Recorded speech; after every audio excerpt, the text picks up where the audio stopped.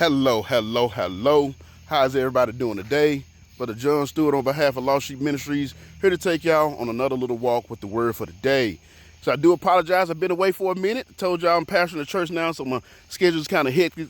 It's been almost a week since I got one in, but I had a couple of minutes tonight. I'm like, man, I got to go and get one in for my people. It's been too long. I've been missing you guys, but I told y'all when I can get them in, I will. So I'm trying to get at least a couple in a week, but it's been a minute, so I want to go and get one in tonight. So I got a wonderful lesson for you out of 2 Chronicles chapter 29, something that a realization that we all really need to come to. And I think if we come to this realization, we'll be able to live a lot happier and enjoy our lives a lot more. Live that abundant life that Jesus came down here to give us. You know what I'm saying? So I'm going to share with y'all the lesson out of 2 Chronicles chapter 29, verses 1 through 10. So 2 Chronicles 29, 1 through 10, the Lord tells us this. It says, Hezekiah began to reign when he was 5 and 20 years old, and he reigned 9 and 20 years in Jerusalem. And his mother's name was Abijah, the daughter of Zechariah. And he did that which was right in the sight of the Lord, according to all that David his father had done. He, in his first year of his reign, in the first month, opened the doors of the house of the Lord and repaired them.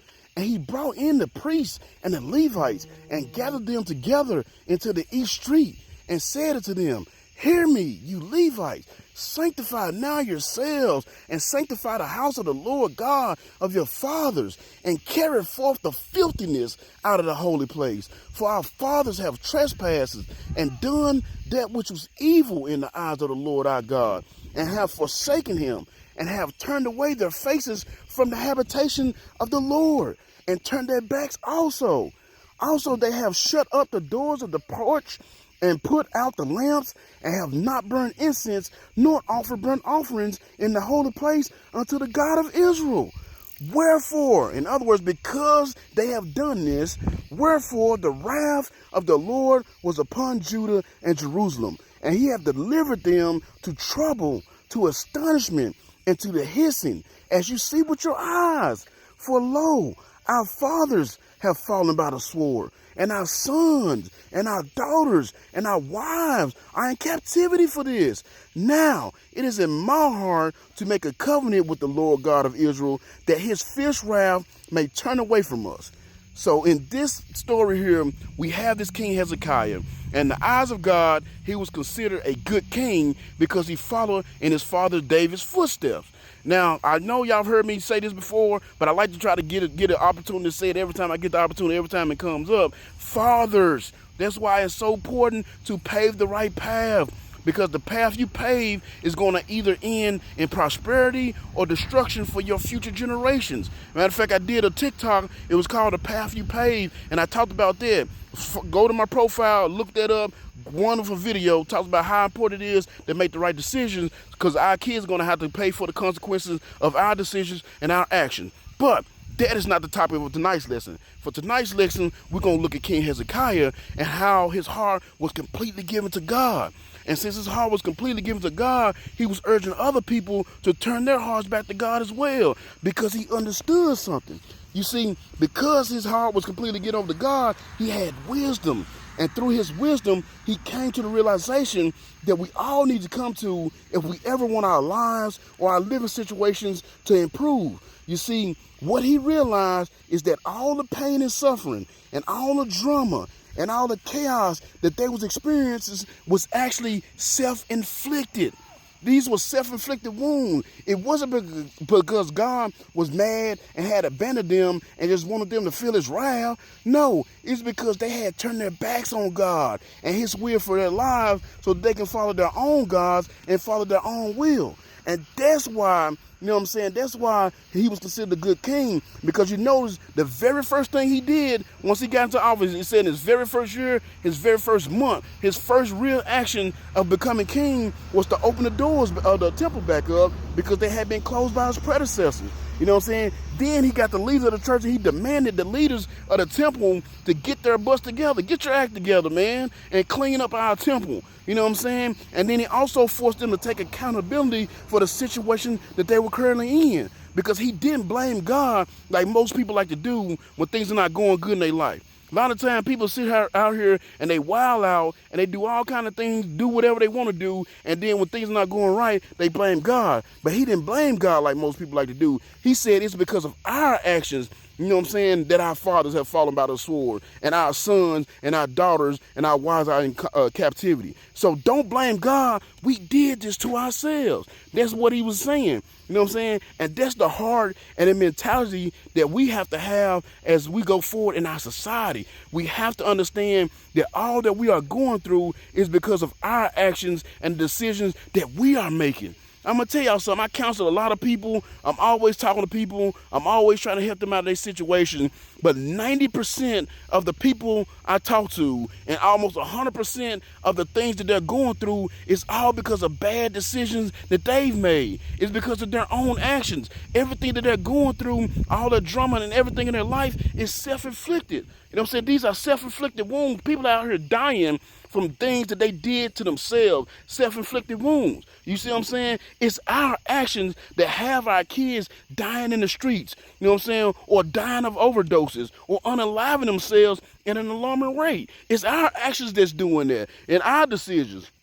No, it's our actions that have turned our women into whores.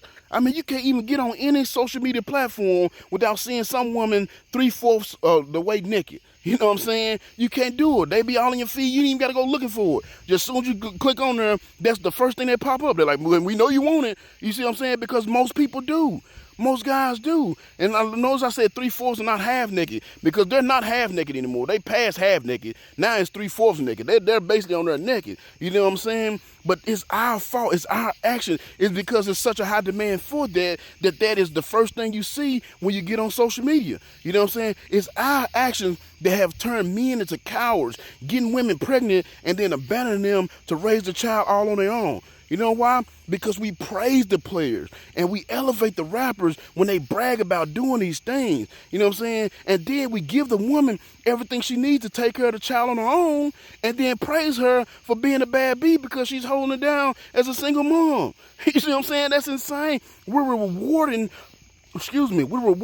her bad decisions. You know what I'm saying? Because we're essentially paying for her bad decisions, but never once do we admonish her, or never once do we correct her. Because if you do, then it's, oh, you just judging, you being a bad Christian, blah, blah, blah, blah, blah. You know what I'm saying? When we should, yes, I agree. If we can help them out. But hey, be like, hey, you might want to, you know what I'm saying? You might want to close your legs. You know what I'm saying? You might want to make better decisions with the men you're laying down with. You know, when I was back in the hood back a long time ago, we had this neighbor, y'all, and I'm not making this up just for this video. We had this neighbor. She had 9 kids by 7 different dudes. 9 kids, 7 different baby daddies, and none of the baby daddies stayed. So you know what she kept doing? She just kept collecting more welfare and more food stamps to sell. You know what I'm saying? And I know she was selling the food stamps because I bought some of them. I did benefit from her plight, you know what I'm saying? But those were the good old days, you know what I'm saying? But that's all she kept doing. She just kept on collecting more stamps and stuff to sell. You know what I'm saying? And like I said, I bought some of them myself. But I can go on and on about every problem that is plaguing our society right now and every issue that we have to deal with on a daily basis. But my whole point is that all of it is self-inflicted. That's the point of this message. Everything that we're going through is self-inflicted, because when God created this world, he created this world to be paradise. We weren't supposed to be down here struggling and suffering and constantly surrounded by death. You know what I'm saying? But somebody, we ain't gonna say no names, but somebody just had to touch the fruit because they wanted to be God themselves. So here we are. You know what I'm saying? And to quote my favorite rapper of all time, Bizzle, he had a line in one of his songs that said, "The hood ain't what we made it, but it's what we keep it." You see what I'm saying? He said, the hood ain't what we made it, but it's what we keep it. And that same logic can be applied to the current state of this world. Yes, we may not have created the system and the social structures that bring about the suffering, the oppression that we constantly go through on a day-to-day basis. But it's our actions and our decisions that are keeping these things in place.